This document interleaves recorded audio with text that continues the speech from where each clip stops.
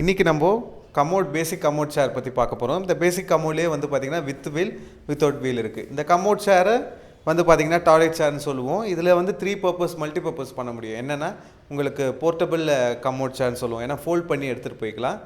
And then வந்து பார்த்திங்கன்னா toilet safety ஃப்ரேம்னு சொல்லுவோம். இப்போது வெஸ்டர்ன் டாய்லெட் இருக்குன்னா அதுக்கு வந்து சேஃப்டி ஃப்ரேமாக இதை யூஸ் பண்ணலாம்.